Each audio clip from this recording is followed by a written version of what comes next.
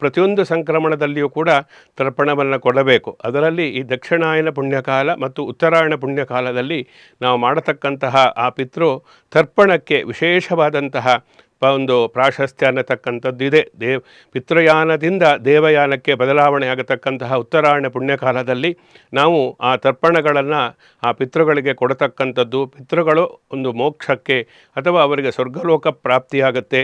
ಆ ಮೂಲಕ ಪಿತೃಗಳ ಆಶೀರ್ವಾದದಿಂದ ಕುಟುಂಬದಲ್ಲಿಯೂ ಕೂಡ ಅಭಿವೃದ್ಧಿ ಆಗುತ್ತೆ ಅನ್ನತಕ್ಕಂಥದ್ದನ್ನೆಲ್ಲ ಹೇಳಿದ್ದಾರೆ. ಆ ಸಮಯದಲ್ಲಿ ನಾವು ಆ ಪಿತೃತರ್ಪಣವನ್ನು ಮಾಡುವುದರಿಂದ ಸ್ವರ್ಗಂ ಮೋಕ್ಷಂ ಸುಖಾನಿಚ ಅನ್ನತಕ್ಕ ಸ್ವರ್ಗ ಮೋಕ್ಷ ಇಹಲೋಕದಲ್ಲಿ ಸಮಸ್ತ ವಿಧವಾದಂತಹ ಲೌಕಿಕ ಸುಖಗಳನ್ನೆಲ್ಲವೂ ಕೂಡ ಅನುಗ್ರಹ ಮಾಡತಕ್ಕಂಥವರು ಪಿತೃದೇವತೆಗಳು ಆಗಿರುವುದರಿಂದ ಈ ಉತ್ತರಾಯಣ ಪುಣ್ಯಕಾಲದಲ್ಲಿ ನಾವು ವಿಶೇಷವಾಗಿ ಆ ತರ್ಪಣಗಳನ್ನು ಆ ಪಿತೃದೇವತೆಗಳಿಗೆ ಸಮರ್ಪಣೆಯನ್ನು ಮಾಡತಕ್ಕಂಥದ್ದು ಕೂಡ ಇಲ್ಲಿ ತುಂಬ ಮುಖ್ಯವಾಗಿರತಕ್ಕಂಥದ್ದು.